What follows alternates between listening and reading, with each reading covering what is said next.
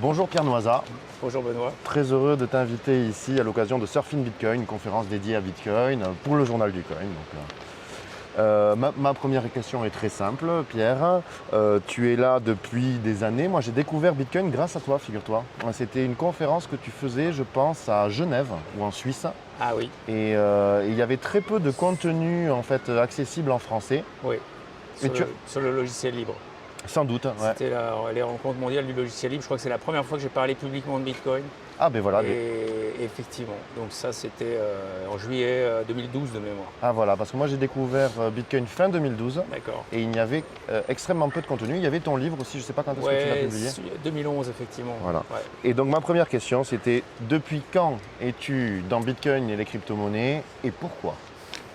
Alors pourquoi j'y suis? Parce que je m'intéresse à la cryptographie depuis les années 90. J'ai commencé en fait ma carrière sur un projet qui utilisait de la cryptographie, un projet de télévision numérique APH. Je suis ingénieur de formation, donc j'ai été amené à côtoyer des gens, des cryptographes. C'était un peu les débuts, c'est tout début des applications grand public de la crypto, et j'ai trouvé ça passionnant, dans plein de dimensions. Et j'ai suivi l'actualité donc de la crypto en m'inscrivant à tout ce qui pouvait exister comme forum ou mailing list. À l'époque, c'était plutôt un fonctionnement par mailing list. Parce que le web était vraiment balbutiant. Et donc, j'ai vu arriver le white paper en 2008, et je l'ai lu et j'ai été convaincu immédiatement par le white paper. Ah, c'est incroyable. Parce que voilà, il est tellement clair, tellement puissant. Et en plus, c'était quelque chose que tout le monde attendait, je le rappelle souvent, c'est qu'avant, beaucoup de gens essayaient de construire un réseau sans administrateur central, Oui, un réseau sûr. vraiment décentralisé, sécurisé et décentralisé. Et il y avait eu des tentatives, mais il y avait toujours un élément centralisé dans les précédents schémas. Donc quand c'est arrivé, c'était vraiment comme découvrir, franchir un pas. Donc tu fais partie des cypherpunks qui ont reçu ce papier. Alors moi, je ne me définis pas comme un cypherpunk. J'étais plus un passionné de cryptographie. Le sous-jacent politique, j'ai habité aux États-Unis dans les années 90. J'ai jamais été convaincu par ce côté un peu libertarien. Je ne me définis pas comme un libertarien. Je trouve que c'est un peu une vision un peu simpliste de la société. Je suis plus nuancé, mais en tout cas, oui, passionné de cryptographie comme les cypherpunks. En tout cas, tu étais mûr quand le papier Oui, est arrivé, c'est parce que ça. souvent il faut être prêt. On était prêts. Tous Voilà. les gens qui s'intéressaient au sujet étaient prêts. C'est ça, ça c'est une certitude. Et donc c'est quand que tu t'es intéressé toi pour la première fois en fait? Donc tu as vu le papier en 2008, 2008, bon, mais là quand il c'était est pas sorti, encore. c'était fin 2008. Mais hein, le réseau était et pas le réseau encore a lancé. commencé en 2009. Alors là, il y a eu toute une période pendant laquelle on pouvait se dire, bon, le papier est génial. Maintenant, est-ce que quand on l'implémente avec du code sur un vrai réseau... Tu as miné sur Non, un. j'ai pas miné c'est parce dommage, que... hein. Non, j'ai pas miné parce que miner, c'était encore autre chose. Il fallait développer quasiment son mineur soi-même. Et j'avais autre chose j'avais d'autres projets à ce sûr. moment-là. Moi, j'étais intéressé vraiment par l'aspect réseau. Les coins n'avaient aucune valeur, donc Oui, les bien miner sûr. à l'époque, c'était plus essayer d'aider le réseau à décoller. Comment Et, tu recevais tes premiers bitcoins? C'était des airdrops? C'était des Non, giveaways? non, il y a eu un faucet à un moment voilà. par Gavin Andresen Oui. pour aider les développeurs, donc, parce Oui. qu'il n'y avait pas de testnet. Et les gens se demandaient comment faire pour avoir des coins, parce qu'il n'y avait pas de place de marché, pas de C'est testnet. génial, hein. Donc il fallait bien qu'il y ait un faucet. Donc ça c'était un peu en hommage à Gavin pour ça. Moi, je les ai eus tout simplement en les achetant après. Ouais, ouais. Parce Mais que tu es arrivé au quand bout même d'un moment, avant les premières On a pu places. les acheter en peer-to-peer. D'abord, Ah oui. j'irai au café. Et puis après, sur les places de marché qui sont arrivées très vite quand même. Hein. Ouais. MTGOX, c'est 2010. Et Premium Et aussi. Premium, donc nous aussi, dans la foulée de MTGOX. Donc très vite, on a eu des places de marché. Avant, je n'avais pas forcément envie d'en acheter parce que j'étais plus dans une curiosité intellectuelle, Oui. une phase d'observation. Je n'avais pas de scepticisme, mais j'étais assez confiant. Mais je me disais combien de temps ils vont mettre pour mettre ça au point et faire tourner un réseau. C'est un peu ça mon. Ah mais c'est mon ambitieux, le interrogation. projet est ambitieux. Voilà, donc, c'était très ambitieux avant que ça devienne un réseau mondial, que les gens aient envie d'utiliser ces coins, de les acheter, qu'ils aient une valeur. Donc c'est arrivé très vite en fait. Et en 2011, c'était évident. Là, c'était arrivé. c'est évident pour toi, hein, mais tu sais ouais. que pour le reste du monde, ça n'était pas du tout. C'était encore confidentiel, Ouais. mais objectivement, quand on regardait le sujet en 2011, on pouvait voir que C'était objectivement tous les fonctionnel. signaux étaient ouverts. Donc à partir de là, j'ai commencé à en accumuler un petit peu, et voilà. Et puis je suis là aujourd'hui. Mais c'est super, bon, mais déjà j'aime beaucoup, donc moi je te remercie puisque je t'ai dit, Eh tu ben, es ça me- la première personne qui m'a initié à ce sujet-là. Bah, J'étais en c'est- Argentine, C'est un je grand vivais. plaisir. Voilà. Ah ouais, t'étais en Ouais, Argentine. j'étais en Argentine, Ah, et donc moi aussi psychologiquement T'étais connecté alors. j'étais prêt parce qu'en fait j'étais confronté à un pays où le système monétaire bien était sûr. non fonctionnel. Bien Et donc, sûr. Qu'est-ce qui t'avait amené en Argentine? oh, mais c'était ma compagne de l'époque, moi Ah tu sais, ouais, elle a mort. t'as bon goût. Elle a mort, ah oui, oui. Voilà. Et bon, mais ma question suivante est, fort logiquement, toi tu t'es positionné sur les places de marché, ce qui répond à un besoin, hein, parce que Ouais, le Bitcoin, c'est un tant peu qu'on la n'en base. possède pas, Ouais. ça reste une C'est ça, abstraction, c'était un un peu la base fantasme. à l'époque. Hein. Et Aujourd'hui, aujourd'hui, il y a plein de solutions, mais il y à a plein de l'époque, solutions, mais ça reste, ouais. ça reste dans la pyramide de Maslow, on est en bas. Hein. Ouais, c'est ça. Et puis l'euro a été mal servi, hein, parce que c'était surtout le Oui, c'est dollar. vrai. En dollars, c'était C'est vrai. facile, mais plateforme euro, il n'y en avait pas trop. Donc Ouais. voilà, c'était ça le sujet. Et du coup, ma question, c'est Paymium, les banques et la France. Je veux dire, comment parce que toi, tu as une des premières, franchement, tu fais partie des premières places mondiales. Ouais. Elle n'a pas fermé, et je te félicite, Ouais, parce que moi, dans tous les exchanges que j'ai survécu, essayés, oui, la c'est sûr. plupart sont morts. Oui, oui, bien Donc, sûr. On a vous- survécu à travers les difficultés. Parce que c'était des périodes difficiles. Et ça reste difficile avec les banques, bien sûr, c'est ta question. Parce que Mais on oui, est, c'est ma question. on est la friction entre deux systèmes. Et le système, autant le système Bitcoin est ouvert à la concurrence et je dirais. Voilà, Libre et prospère, ouvert. voilà, Libre et libre et ouvert, alors que le système bancaire, lui, ne supporte pas la concurrence, parce qu'il n'est pas fait pour ça, il n'est pas Ça lui fait du habitué. bien. Et ça lui fait bien sûr du bien, c'est même indispensable, mais du coup, il y a des résistances et des frictions, et en tant qu'exchange, on est un point de friction. Et encore en 2021, parce que justement, ce qui est marrant, c'est que tu fais partie des vétérans. Donc, tu as vu l'évolution. Je pense qu'au départ, peut-être que ça se passait mieux au départ quand le sujet était vraiment inconnu. Ensuite, il y a dû avoir une phase où tu as Oui, c'est d'hostilité. vrai. Oui, c'est ça. Et maintenant, ouais. on en est où? Alors, inconnu, ça veut dire que les gens, quand les banquiers ne savaient même pas ce Oui. que tu faisais. Donc là, t'étais tranquille. Donc du coup, ils te foutent la paix. Après, dès qu'ils ont su et qu'ils ont compris, c'est devenu plus difficile. Mais Actuellement? aujourd'hui, ça reste difficile. C'est Ah ça ouais, qui est ouais, assez incroyable, mais qui ne me surprend pas parce que je dirais que ce système-là a beaucoup de temps devant lui, il a des moyens quasiment illimités, Oui. donc pour eux, ça peut durer très longtemps. Il y a vraiment une nécessité pour les utilisateurs et les commerçants de commencer à l'utiliser de plus en plus pour que ça devienne une évidence pour le législateur et qu'on franchisse les derniers obstacles. Aujourd'hui, tout ce qu'il y a, c'est une réglementation et des contraintes. Oui. C'est-à-dire des contraintes, il n'y a rien de plus. C'est-à-dire le fait, ben par moi, exemple, d'être PSAN aujourd'hui, te met des contraintes, mais te donne rien de plus en termes bien opérationnels, tu vois, ou de relation avec ta banque, elle n'est pas plus facile. C'est Non, mais- plus un prérequis supplémentaire qu'une aide. Moi, du point de vue de l'entrepreneur, je trouve ça catastrophique. C'est-à-dire que j'ai l'impression que la réglementation ne fait que freiner l'adoption. Exactement. Ça met des contraintes Ouais. qui ne sont pas forcément justifiées d'un point de Sont vue technique et disproportionnées. de sécurité. C'est C'est-à-dire souvent que- disproportionné. Ouais, tout à fait. Et alors, tu es quand même un héros de la France, j'ai l'impression. Est-ce que tu y as encore? Tu arrives à résister? Tu es tombé au combat? Parce que, je veux dire, le monde est vaste. Oui, le monde est vaste, mais je suis français, voilà, j'ai des enfants, j'ai un enfant à l'école aujourd'hui ici, et s'expatrier c'est un choix de vie hein, évidemment, mais je considère qu'il faut aussi de la décentralisation, c'est-à-dire qu'il faut qu'il y ait dans chaque pays des infrastructures pour que ce soit justement encore plus résilient. Mais je ne voudrais pas que tu tombes en martyr. Tu vois, parce qu'être Non, un il n'y a héros, pas de c'est danger. bien. Il n'y a pas de danger parce que on a malgré tout un chiffre d'affaires qui double tous les ans et un nombre de clients qui croît tous les ans également. Donc la dynamique est positive. C'est pour ça qu'on Ok. continue effectivement. Si on Tu voyait, joues à tendance. oui, si on voyait une difficulté du côté du marché, là oui, on arrêterait sans doute. Mais comme le marché est florissant, elle se développe vraiment bien chaque année, on continue. Et- Ok, ben écoute, contre vents et marées, félicitations. Voilà. Je te Alors, remercie. tu as une place de marché. Moi, j'ai une question toute bête et qui me fait très plaisir. C'est est-ce que tu trades? Non, moi je suis pas trader, je ne Ouais. viens pas de la finance. Je suis pas arrivé à Bitcoin de la finance, donc du coup mon intérêt est plus sur la techno, Oui. le code, le protocole, la cryptographie. Donc du coup je suis pas trader. Mais c'est pas un jugement sur les traders, il en faut Ben, aussi. puisque tu proposes une place de marché. Mais donc- voilà, j'ai beaucoup appris sur le Ouais, trading ouais. évidemment, mais je ne me considère pas comme un trader au sens quelqu'un qui a une expérience des salles de marché, etc. Donc tu es plutôt hodl. Plus Ah oui, hodl de que. toute façon, voilà. le trading pour moi Main- ça consiste à acheter. Main de diamant. c'est- Main de diamant. On achète et on garde au moins, j'ai fait le calcul, justement, je l'ai partagé, si tu gardes les bitcoins sur plus de 3 ans, Ah, il y idéalement a un halving. historiquement, Idéalement un halving. voilà, c'est pas par hasard que le Ouais. chiffre de 3 ans ressort Un de peu cette plus. étude Ouais. de l'historique du prix. Si tu as gardé les bitcoins plus de 3 ans, historiquement, personne n'a perdu Oui, en oui. gardant les bitcoins plus de 3 Sur ans. les bitcoins, parce qu'après j'aurai une question sur Mais- les voilà, est-ce que tu Oui. fricotes, mais et alors moi j'ai quand même une question subsidiaire, c'est aurais-tu imaginé en être là où on en est maintenant quand tu as commencé? Ah non, franchement, voilà. Bon, moi, ça me rassure. en 2011, j'ai écrit qu'il pourrait atteindre, je mettais ça au conditionnel en me disant, bon, c'est vraiment un peu, il va atteindre 600 euros. Ah, et je me suis et lâché. déjà, t'étais fou. J'étais fou, évidemment.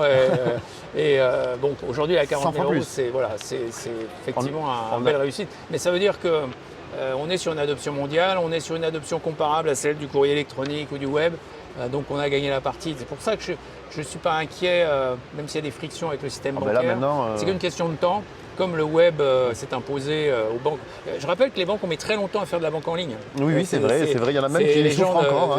Mais oui, c'est parfois une souffrance. Voilà, c'est réciproque. Mais c'est pour dire que s'ils peuvent résister aussi longtemps, et pour des raisons pareilles, du genre, non mais les gens, il faut qu'ils aillent en agence pour faire leurs opérations, vous ne vous rendez pas compte, le web c'est ouvert, donc c'est pas sécurisé. Enfin, donc on entend les mêmes, ma maman a eu beaucoup de mal à passer à la chasse. On entend un peu les mêmes bêtises sur le Bitcoin qu'on a entendu sur le web, qu'on avait entendu sur le courrier électronique, ce qui me fait dire on est sur le même phénomène d'adoption. Il y avait un rapport classique, les autoroutes de l'information. Oui, le rapport Terry, qui disait qu'on ne pouvait pas faire de e-commerce, qu'il n'y aurait pas d'application commerciale sur Internet. Bon là, on souffre la même chose. Ça fait sourire après, mais ça en dit plus long sur la personne que sur le projet. Oui, bien sûr, et ça fait juste perdre du temps à la collectivité française. En l'occurrence, on parle de rapport au gouvernement français, d'une législation française. C'est vrai qu'il y a des pays qui sont quand même un peu plus ouverts et avec une régulation moins tatillonne et plus propice à l'innovation, plus pragmatique. Évidemment, je te challenge. Donc les 100K, on est d'accord qu'on y va. Bitcoin à 100K. Il ne s'arrêtera pas à 100K. Là, pour le coup, aujourd'hui, en 2021, je disais 600 euros en 2011. En 2021, je dis plutôt 250 000 euros. Ah, 2021 Oui, je me lâche. Je dis 250 000 euros. Tu sais que tu as un challenger sérieux. Adita Kalbataï, lui, le voit à 300. Il nous avait même fait un 6 octobre. 300 000 $. Voilà. C'est un peu pareil. Oui, bien sûr. Moi, je parle en euros, 250 000. On y va, mais après. On prend. C'est plus, c'est incertain. Mais sur ce chiffre de 250 000 euros, sur les métriques de l'or, tout simplement.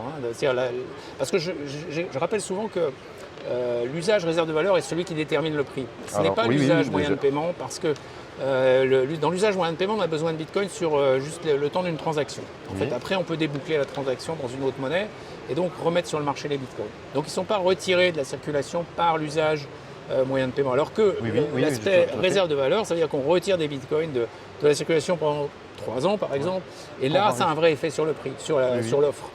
Et c'est donc le déterminant principal du prix. Et c'est d'ailleurs l'usage qui est fait principal des bitcoins. Je pense que la plupart des gens... C'est le principal usage. Et sur l'usage moyen de paiement, si on regarde les valorisations de Visa, Mastercard, si on les additionne, on arrive à 500 millions, peut-être 1 milliard.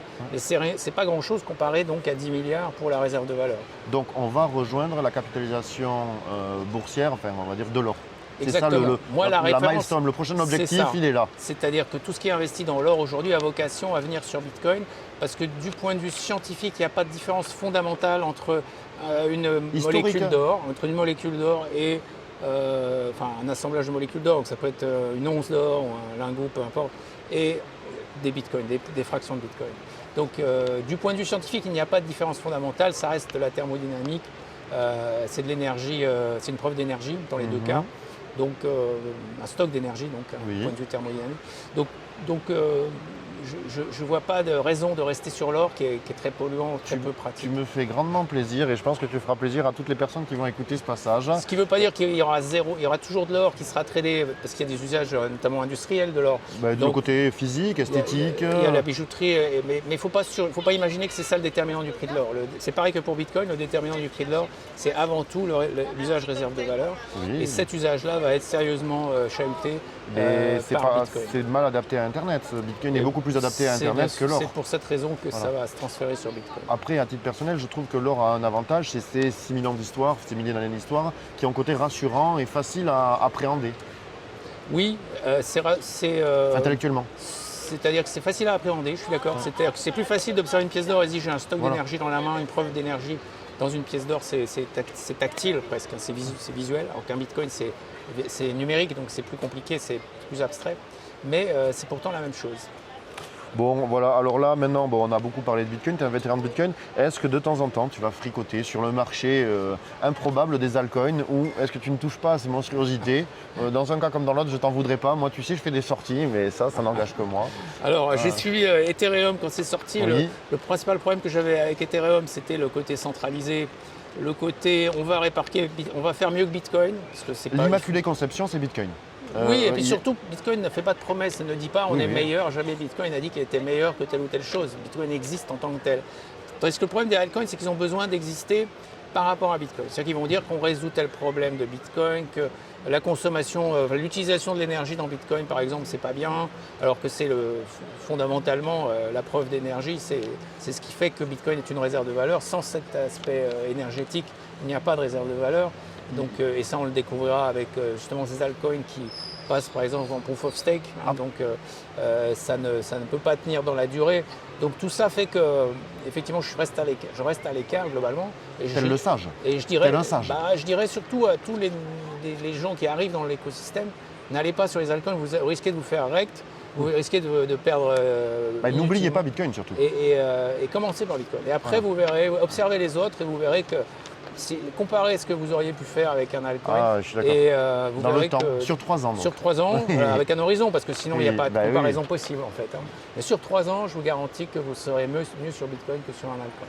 Après, si c'est des durées plus courtes, ça devient du poker, parce que sur une durée courte, tout peut arriver. Après, je vais t'embêter, mais Ethereum, depuis sa naissance, a surperformé en termes de prix Bitcoin. C'est sans doute l'exception qui confirme la règle. Ethereum est un phénomène intéressant parce qu'il est très bien marketé par Consensus, Vitalik et tout ça.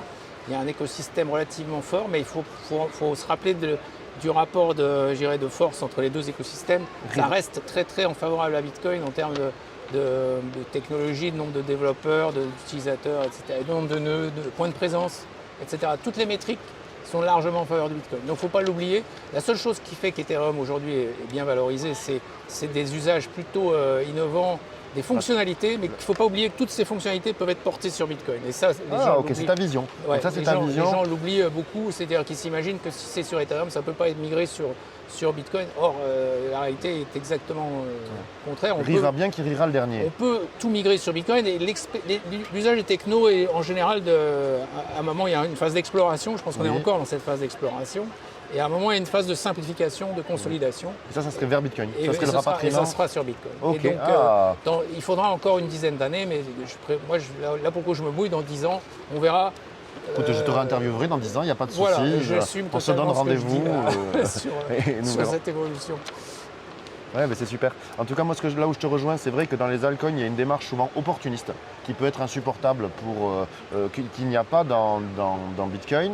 Par contre, le côté sympa, je trouve que c'est le laboratoire d'innovation. C'est-à-dire que c'est un crash test. Oui, c'est des testnets. Voilà. Tous ces altcoins sont des formes de testnet pour des applications. Quand la fonctionnalité n'existe pas sur Bitcoin, il n'y a pas vraiment d'autre moyen que de l'implémenter sur une autre chaîne, parce que Bitcoin, c'est quelque chose qui tourne, c'est comme un avion. C'est comme essayer de faire la maintenance ou améliorer un avion qui est en vol. Bon, on prend moins de risques quand même. On ne va pas le faire, on va plutôt faire ça en laboratoire ou sur un nouvel appareil que sur l'avion qui vole. Donc c'est pas surprenant qu'il y ait tous ces altcoins. Et toi, ta vision, c'est que quand ces expérimentations en fait sont positives, elles peuvent être ramenées sur le vaisseau amiral. Elles seront ramenées parce qu'in fine, ce sera un simplificateur pour tout le monde, je pense. Bon, ben alors ça c'est cool. Donc de toute façon, on se donne rendez-vous dans 10 ans pour voir qu'est-ce qu'il on se parlera avant, mais j'espère. Et ensuite, ma dernière question, c'était qu'est-ce qui te... Parce que là, j'allais évidemment te donner des pronostics, mais tu as foncé, ça me fait plaisir, donc félicitations. C'est qu'est-ce qui te fait vibrer? Tu as un peu répondu, tu vois, mais la proposition de valeur, donc tu as dit que c'était réserve de valeur grandement, mais qu'est-ce qui te plaît justement? Donc le Lightning Network, ça c'est la fonction de paiement, liquide, peut-être RGB, ces nouvelles fonctionnalités, qu'est-ce qui te fait vibrer Eh bien écoute, tous ces aspects sidechain et drive chain, RSK, liquide effectivement, deuxième layer avec Lightning, je trouve que ça c'est vraiment passionnant ce qui se passe, c'est-à-dire vraiment on observe la construction de différentes couches, comme sur le web, ce qu'on a vu sur le web, des couches protocolaires qui s'empilent pour faire un écosystème vraiment à la fois résilient et avec plein de fonctionnalités. Et donc ça, toi c'est- qui technique, ça te paraît sérieux, ça te paraît suffisamment solide parce que là c'est pas du tout comment dire grand public ou en production. Enfin, Pas encore, voilà. mais ça y vient. Lightning a vraiment franchi Lightning, beaucoup oui, de d'étapes. plus en plus. Voilà, et les Lightning- autres, et les smart contracts sur Bitcoin, tu y crois? Oui, parce que la seule différence, en fait, c'est plus simple aujourd'hui, par exemple, d'émettre un token sur Liquid que sur Ethereum. Il faut Ouais, le d'accord. savoir. Et quelle est la différence? C'est qu'on a une fédération. Dans le cas d'Ethereum, on a une blockchain, Oui. Mais dans le cas qui était d'ailleurs Proof of Work, Proof d'énergie jusqu'à récemment, qui est en train de migrer sur 3 ans vers Proof of Stake, on en reparlera peut-être dans 3 ans. Ça nous fait une interview intermédiaire. C'est ça.